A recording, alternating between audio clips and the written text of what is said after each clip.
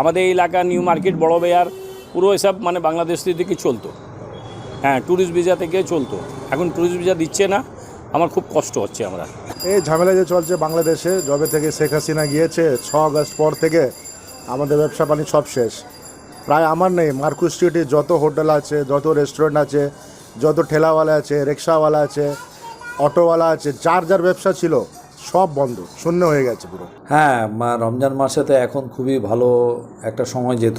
After 15 রমজানের পর থেকে এখানে প্রচুর ট্যুরিস্ট আসতো, বিশেষ করে বাংলাদেশিরা যারা আসতো তাদের এখানে কেনাকাটার পর 15 রমজানের পর এখানে আসতো এবং মার্কেটিং শপিং করতো। এবার সেই চিত্রটা একদম উল্টো এবং খুবই খারাপ অবস্থা, কেননা কেউ আসছে না ডিউ টু ভিসা।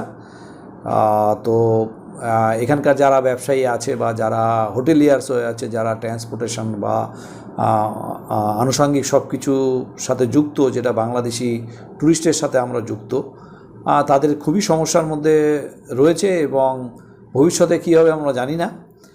বাট এখন সিচুয়েশন দিন দিন আরও খারাপের দিকে যাচ্ছে।